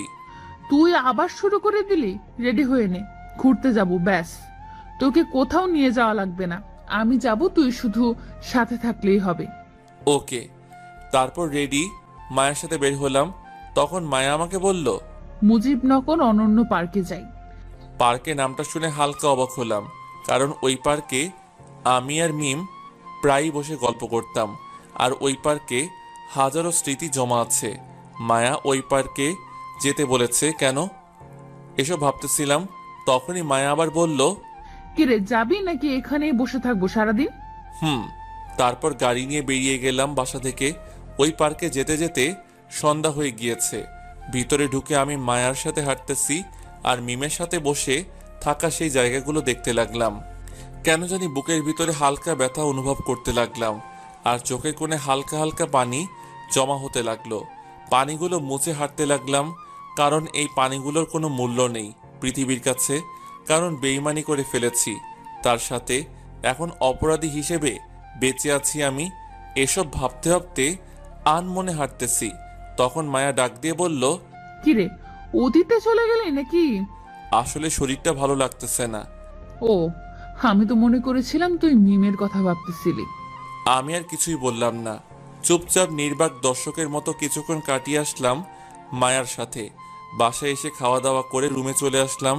খাওয়া দাওয়া শেষ করে আমি রুমে চলে আসলাম। মায়াও কিছুক্ষণ পর রুমে আসলো, এসেই আমার উপর শুয়ে বলল, তোকে নিয়ে ঘুরতে গিয়ে মজা নেই, মনে হয় একটা রোবট নিয়ে ঘুরতে বের হয়েছি। আমি কিছু না বলে চুপ করে শুয়ে রইলাম আর মায়ার কথাগুলো শুনতে লাগলাম। মায়ার এবার আমার সামনে উঠে দাঁড়িয়ে গেল। তারপর আমাকে বলল, আচ্ছা হুসাইন, আমরা হানিমুনে গেলে ভালো হবে বলতো? ম্যাডাম আমি কি বলবো বলেন, আপনি যেখানে যেতে চান আমিও সেখানেই যাব। আচ্ছা, তুই এমন করে কথা কেন বলিস বলতো? আচ্ছা বাদ দে সব, চল আমরা সিলেটে গিয়ে ঘুরে আসি। ওকে। মায়া চলে গেল ফ্রেশ হতে। কিছুক্ষণ পর আমার চোখটা লেগে আসলে ঘুমিয়ে গেলাম। সকালে ঘুম ভাঙলো মায়ার ডাকে। তাকিয়ে দেখি আমার পাশে বসে আছে। আমাকে সজাগ হতে দেখে বলল, কিরে, ঘুম ভেঙেছে? জি। আচ্ছা উঠে রেডি হয়ে নে তাড়াতাড়ি, আমাদের বাসায় একটু যেতে হবে, আব্বু ডেকেছে আমাদেরকে। ওকে। তারপর রেডি হতে চলে গেলাম। ফ্রেশ হয়ে নাস্তা করে মায়াকে নিয়ে ওদের বাসায় গেলাম। সবার সাথে কুশল বিনিময় করা শেষ হলে আঙ্কেল আমাদের নিয়ে তার অফিসে গেল। গিয়ে নিজের মতো করে বসে রইলাম। কিছুক্ষণ পর মায়া আমাকে বলল, তোকে এখানে আব্বু কেন নিয়ে এসেছে জানিস? না কেন? আজকে আব্বু তার সব সম্পত্তি তোর আর আমার নামে লিখে দিবে। মায়ার কথা শুনে ফিক করে হেসে দিলাম। হাসি থামিয়ে রাখতে না পেরে হেসে দিয়েছি। মায়া অবাক হয়ে গেল আমাকে হাসতে দেখে। তারপর বলল, ওই, হাসতেছিস কেন? আপনারা সবাই পারেনও বটে। মানে? এখন একটা কথা মনে আসায় হেসে দিয়েছি, সরি অসময় হাসিটা দেওয়ার জন্য। ও, তা কি এমন কথা যা মনে পড়ে গেল এই সময়? ওই যে কথায় আছে না, জুতো মেরে গরু দান, এটা মনে পড়ে গিয়েছিল। হুসেন, তুই এখানে শুরু হয়ে যাস না প্লিজ, বাসায় গিয়ে যা বলার বলিস। সরি ম্যাডাম, আমি তো মাত্র সত্যটা বললাম। তোরে নিয়ে আর পারি না সত্যি। বলেই মায়া রুম থেকে বেরিয়ে চলে গেল। আমিও সেই আগের মতোই বসে রইলাম। দুপুরে মোটামুটি অনেক লোকজন এসে উপস্থিত হলো, আরও অনেক রকম আয়োজন। বিকেলে আমার আর মায়ার নামে আঙ্কেল তার সব সম্পত্তি করে দিল। আমি কিছু না বলে শুধু মায়ার পাশে দাঁড়িয়েছিলাম। সব কিছু শেষ করে সন্ধ্যা হয়ে গেল। বাসায় আসতে আসতে বাসায় এসে ফ্রেশ হতে চলে গেলাম। ফ্রেশ হয়ে বেরিয়ে দেখি মায়া খাটে শুয়ে আছে। আমাকে দেখে বলল, কি রে, কেমন গেল দিনটা? ভালো। বলেই রেডি হতে লাগলাম, তখনই মায়া পেছন থেকে আমাকে জড়িয়ে ধরল। আমি কিছু না বলে নিজের কাজ করতে ব্যস্ত। তখনই মায়া বলল, হুসেন তুই এমন করিস কেন? একটু ভালোভাবে কথা বললে কি হয়? সরি। আচ্ছা শোন, আর তো 1 মাস পরে রেজাল্ট দিবে, চল এই সময়টাতে হানিমুন শেষ করে আসি। ওকে। তাহলে 3 দিন পর আমরা যাব ঘুরতে, ঠিক আছে? মাথা নেড়ে হ্যাঁ বলে দিলাম। তারপর মায়া চলে গেল ফ্রেশ হতে। আমিও বসে বসে মোবাইল টিপতে লাগলাম। তারপর কেটে গেল এভাবে 1 মাস। এদিকে রেজাল্টও বেরিয়ে গিয়েছে। হানিমুন সহ বাকি সব কিছু শেষ করে ফেললাম। কিন্তু মায়ার সাথে সেই আগের মতোই আচরণ করি, একটু বদলাইনি। কারণ মায়া যা করেছে তা ক্ষমা করার না। তবে এটা ভেবে ভালো লাগতেছে যে কালকে ভার্সিটিতে গিয়ে মিমকে দেখতে পাবো। এসব ভাবতে ভাবতে ঘুমিয়ে গেলাম। সকালে উঠে ফ্রেশ হয়ে নাস্তা শেষ করে ভার্সিটির উদ্দেশ্যে বেরোতে যাব। তখনই মায়া পিছন থেকে ডাক দিয়ে বলল, আমাকে নিয়ে যাবি নাকি বউকে রেখেই চলে যাবি? আমি কিছু না বলে চুপচাপ দাঁড়িয়ে রইলাম। কিছুক্ষণ পর মায়া আসলে তাকে সাথে নিয়ে ভার্সিটিতে গেলাম।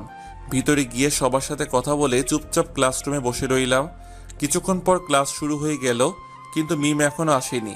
বিকেলে ক্লাস শেষ করে গেটের কাছে দাঁড়িয়ে দেখতে লাগলাম মিম আসলে এসেছে কিনা, কিন্তু না, মিমকে দেখতে পাইনি।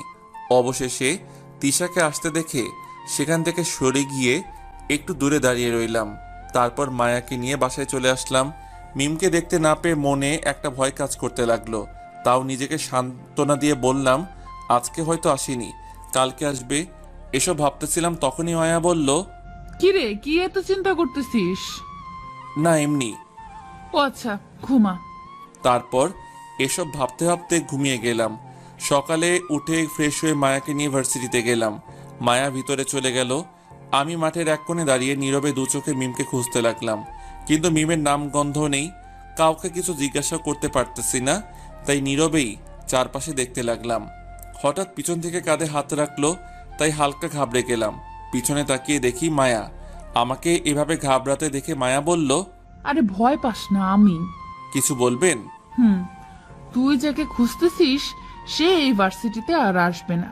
মানে? মানেটা হলো মিম ভার্সিটি থেকে টিসি নিয়ে চলে গিয়ে অন্য আরেক ভার্সিটিতে ভর্তি হয়েছে, তাই তাকে খুঁজে লাভ নেই। তো আমি কি করব? সে যা মন চাই করুক, তাতে আমার কি? বলেই সেখান থেকে সোজা ভার্সিটির ভিতরে চলে এলাম।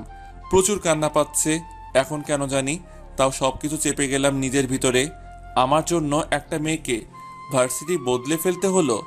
মায়ার উপর রাগটা বাড়তে লাগলো। ভিতরে পাথরটা আরো বড় হয়ে গেল। কিছু না বলে চুপচাপ বসে রইলাম। এমন লাগতেছে নিজের জীবনের মানেটা হারিয়ে ফেলেছি। কিভাবে পারলাম এটা করতে? এখন খোদার কাছে একটাই দোয়া, মরণটা যেন তাড়াতাড়ি হয়।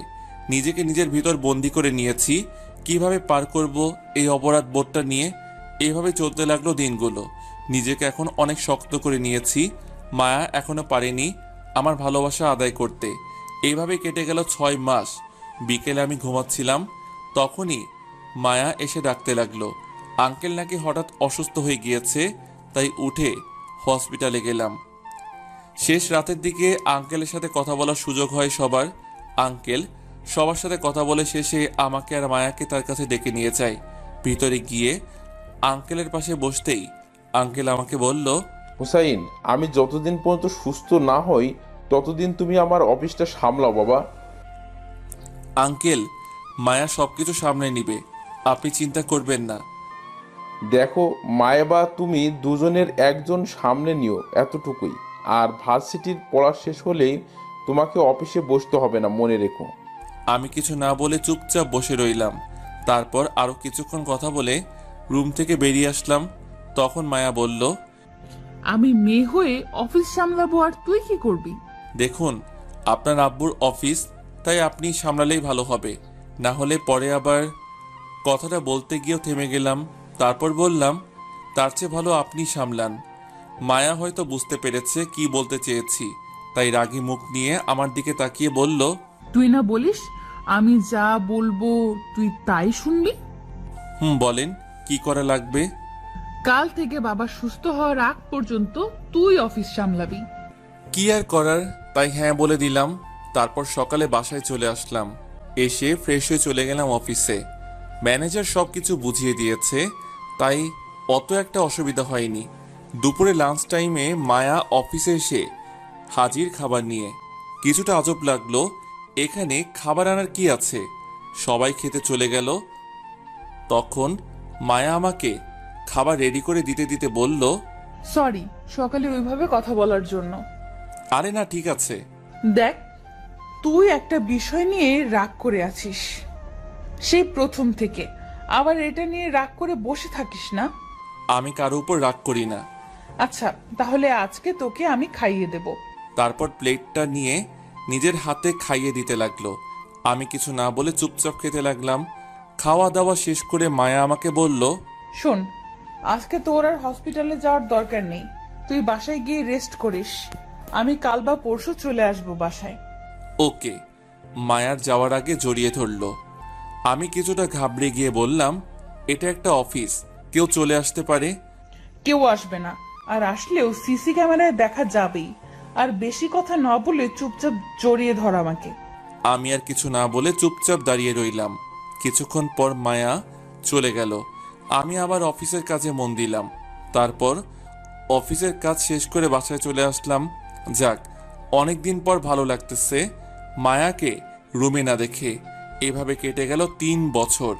ভার্সিটি লাইফ শেষ করে কিছুদিন হলো আঙ্কেলের বিজনেসে হাত দিয়েছি। সবকিছু স্বাভাবিকভাবে বদলে গিয়েছে, শুধু মায়া আর আমার সম্পর্ক ছাড়া।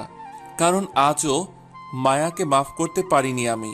কারণ মায়াকে মিমের কাছে মাফ চাইতে হবে, আর মিম যদি মায়াকে মাফ করে তবেই আমি মায়াকে মাফ করব। বিকেলে অফিস থেকে বাসায় চলে এসেছি, ভালো লাগতেছে না।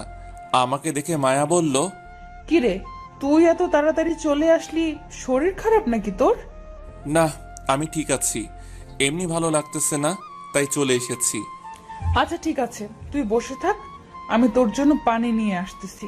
না, লাগবে না, আমি ঠিক আছি। তোর কি মন খারাপ? না ম্যাডাম, আমি ঠিক আছি। আজকে তো মিমের বার্থডে, তাই তোর মন খারাপ, তাই না? আমি কিছু না বলে চুপচাপ বসে রইলাম। আসলেই আজকে মিমের বার্থডে, তাই মনটা খারাপ। তখন মায়া বলল, তুই আর কতদিন মিমকে মনে রাখবি বলতো আমাকে? মায়ার কথা শুনে হালকা মুচকি হাসি দিয়ে চুপ করে বসে রইলাম। তখন মায়া বলল, আমার কথাটা শুনে মায়া রাগে গজগজ করতে লাগলো। তারপর আমাকে বলল, আচ্ছা তুই কি চাস বলতো হুসাইন? কিছুই না। হুসাইন আমার দিকে তাকাতো একটু। বলেন। আচ্ছা মিমের থেকে আমি কোন দিক দিয়ে কম বলতো? উল্টো মিমের চেয়ে আমি আরো বেশি সুন্দর, তারপরও কেন এমন করছিস? আপনি বাহির দিয়ে মিমের থেকে সুন্দর এটা মিথ্যা না, তবে মিমের ভিতরে যে সৌন্দর্য তার কাছে ধারেও যেতে পারেননি আপনি। মায়া এসে আমার কোলে বসে আমার গালে হাত দিয়ে নরম সুরে বলল, আচ্ছা বল, কি করলে তুই আমাকে ক্ষমা করবি? দেখুন, আপনি আমার সাথে কোনো অন্যায় করেননি যে আপনাকে আমি মাফ করব, সো বাদ দেন এসব। আচ্ছা আমি যদি মিমের কাছে ক্ষমা চেয়ে নেই, তাহলে কি তুই আমাকে ক্ষমা করে দিবি? আমি কিছু না বলে চুপচাপ বসে রইলাম। মায়া আমার দিকে কিছুক্ষণ তাকিয়ে থেকে গালে একটা কিস করলো। আচ্ছা আমি মিমকে খুঁজে বের করে তার কাছে ক্ষমা চেয়ে নেব, তারপর তোকে বোঝাবো কত ধানে কত চাল। বলেই উঠে চলে গেল মায়া, আর আমি ফ্রেশ হতে চলে গেলাম। 2 দিন পর দুপুরে অফিসে বসে কাজ করতেছি। তখনই দরজায় কেউ নক করলো, তাই বললাম, ইয়েস কামিং। তখনই দরজা ঠেলে মিম রুমে আসলো। আমি অবাক হয়ে গেলাম মিমকে 4 বছর পর দেখে। মিম রাগী মুখ নিয়ে আমার দিকে এগিয়ে এসে আমার গালে ঠাস করে একটা চড় বসিয়ে দিল। একে তো এত বছর পর মিমকে দেখে অবাক হয়েছি, তার উপর চড় মারায় পুরাই টাসকে খেয়ে গেলাম। তাই কিছু না বলে চুপচাপ দাঁড়িয়ে রইলাম। তখন মিম বলল, তুমি কিভাবে পারলে এত বছর আমাকে মনে রেখে মায়াকে কষ্ট দিতে? আমি কি বলবো বুঝতে পারতেছি না, তাই চুপ করে রইলাম। আমাকে চুপ থাকতে দেখে মিম বলল, বিয়ে 4 বছর হয়েছে তোমাদের, আর তুমি আজও আমাকে মনে রেখে মায়াকে কষ্ট দিচ্ছ? কিভাবে পারলে এত বছর আমাকে মনে রাখতে? কেন তুমি মনে রাখোনি আমাকে? আমার প্রশ্ন শুনে মিম কিছুটা অপ্রস্তুত হয়ে গেল, একদম চুপ হয়ে গেল। তখন আমি বললাম, কিছু প্রশ্নের উত্তর থাকে না, তাই এসব প্রশ্ন করো না প্লিজ। আচ্ছা হোসেন, ভুলে যাও পেছনের সব কিছু, আর আমি মায়াকে ক্ষমা করে দিয়েছি। এবার তুমিও মায়াকে মেনে নাও প্লিজ। মাথা নেড়ে হ্যাঁ বললাম। তখন মিম বলল, আর হ্যাঁ, আমি এখন আর তোমাকে ভালোবাসি না, আমি ভালোবাসি আমার স্বামীকে। ভালো। শোনো হোসেন, সব গল্পের ইতি হবে এমনটা তো কোথাও লেখা নেই। কিছু গল্প অসমাপ্তই, তাতে কি? আচ্ছা, তোমাকে এখানে এনেছে কে? কে আবার? মায়া গিয়েছিল কালকে আমার শ্বশুর বাড়িতে, ওইখানে গিয়ে আমাকে সব খুলে বলেছে, সাথে আরেকটা কথাও বলেছে। কি কথা? আমাদের ভালোবাসার কাছে নাকি মায়া হেরে গিয়েছে। কথাটা শুনে একগাল হেসে দিলাম, মিমও হেসে দিল আমার সাথে সাথে। তখনই মায়া রুমে ঢুকলো, আর আমাকে হাসতে দেখে রাগী মুখ করে বলল, ওই, আমি যখন হাসতে বলি তখন ওই হাসিগুলো কোথায় থাকে? আমি হাসি থামিয়ে দিয়ে চুপ হয়ে গেলাম।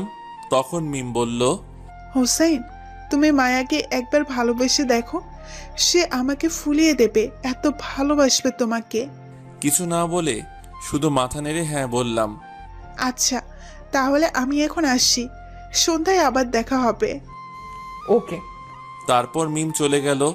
মায়া আমার দিকে রাগী চোখ করে তাকিয়ে বলল, আমি হাসতে বললে তুই বলিস আমি হাসতে পারি না, আর এখন অন্যের বউয়ের সামনে তো ঠিকই হাসাহাসিতে মেতে উঠেছিস, লুচ্চা কোথাকার। এই জন্যই তোর আর মিমের মাঝে আকাশ জমিন পার্থক্য। মানে আবার কি করলাম? দেখ মিম, এত বছর পরে আমাকে দেখে এখনো তুমি করে বলে, আর তুই এখনো স্বামীকে সম্মান দিতে শিখলি না? নিজের হাজবেন্ডকে কেউ তুই তুকারি করে? দেখ, এমনিতেই 4 বছর জ্বালিয়েছিস, এখন এসব ফাউল কথা বললেই ঘুষি মেরে নাক ফাটিয়ে ফেলবো। ওকে, মিমকে কি রাতে বাসায় আসতে বলেছিস নাকি? আর চল, এখন অফিসের সবাইকে ছুটি দিয়ে বাসায় যেতে হবে, প্রচুর কাজ করতে হবে। কিসের কাজ? আমার কথা শুনে মায়া কেমন যেন অবাক হয়ে আমার দিকে তাকালো, তাই আবার জিজ্ঞেস করলাম, কিসের কাজ? আর সবাইকে এই দুপুরে ছুটি দিতে যাব কেন? আর তুই এভাবে অবাক হয়ে তাকিয়ে আছিস কেন? স্যার, আজকে আমাদের বিয়ের 4 বছর পূর্ণ হয়েছে, তা হয়তো আপনার মনে নেই। কথা শুনে আকাশ থেকে পড়লাম। সত্যি তো, আজকে 4 বছর হয়েছে। নে, এবার কি বলি? মায়া বলল, এখন বিয়ের তারিখ ভুলে গিয়েছিস, পরে কে জানে আমাকেই ভুলে যেতে পারিস। আচ্ছা, এই কারণে মিম বলেছিল রাতে বাসায় আসবে। এই নে, অফিসের সবাইকে এই কার্ডগুলো দিয়ে আয়। তারপর অফিসের সব স্টাফদের ইনভাইট করে বাসায় চলে আসলাম। এসে সবকিছু রেডি করতে লাগলাম। রাতে আয়োজন সবকিছু শেষ করে রুমে গেলাম প্রায় শেষ রাতের দিকে। তবে আগামীকাল শুক্রবার, তাই সকালে অফিস নেই, মাথায় চিন্তাও কম। ফ্রেশ হয়ে খাটে এসে শুয়ে মোবাইল টিপতে লাগলাম। তখনই মায়া রুমে আসলো, এসে ফ্রেশ হতে চলে গেল। মায়া ওয়াশরুমে যাওয়ার পরেই আমি মোবাইলটা রেখে ঘুমের ভান ধরে শুয়ে গেলাম। কিছুক্ষণ পর মায়া হঠাৎ আমার বুকে হাত রাখলো, তারপর বুকের লোমগুলো জোরে একটা টান মারলো। ব্যাস, ঘুমের ভান ছুটে গেল। ব্যথায় কাকিয়ে উঠে মায়াকে জিজ্ঞেস করলাম, মেরে ফেলবি নাকি? কি নাটক করা শেষ? নাটক করলাম কখন? আর এভাবে লোমে ধরে টান দিয়েছিস কেন? মন চেয়েছে তাই, আর একটা কথা বলবো বলে তোকে সজাগ করেছি। কি বলবি বল। তুই নিজের কানটা এদিকে আন। মায়ার মুখের কাছে কানটা নিয়ে বললাম, বল এবার। তোর ছোট বোন একটা ভাতিজা চায়। সত্যি বলতেছিস? তাই তো তোকে বললাম। ওর শখ কি পূরণ করবি তুই? মায়া মাথা নেড়ে হ্যাঁ বলে মাথাটা নিচু করে রাখলো। তাই আমি বললাম, তো কি আর করার, চল, ছোট বোনের আবদার বলে কথা, তারপরে যা হওয়ার তাই। আর পড়া লাগবে না।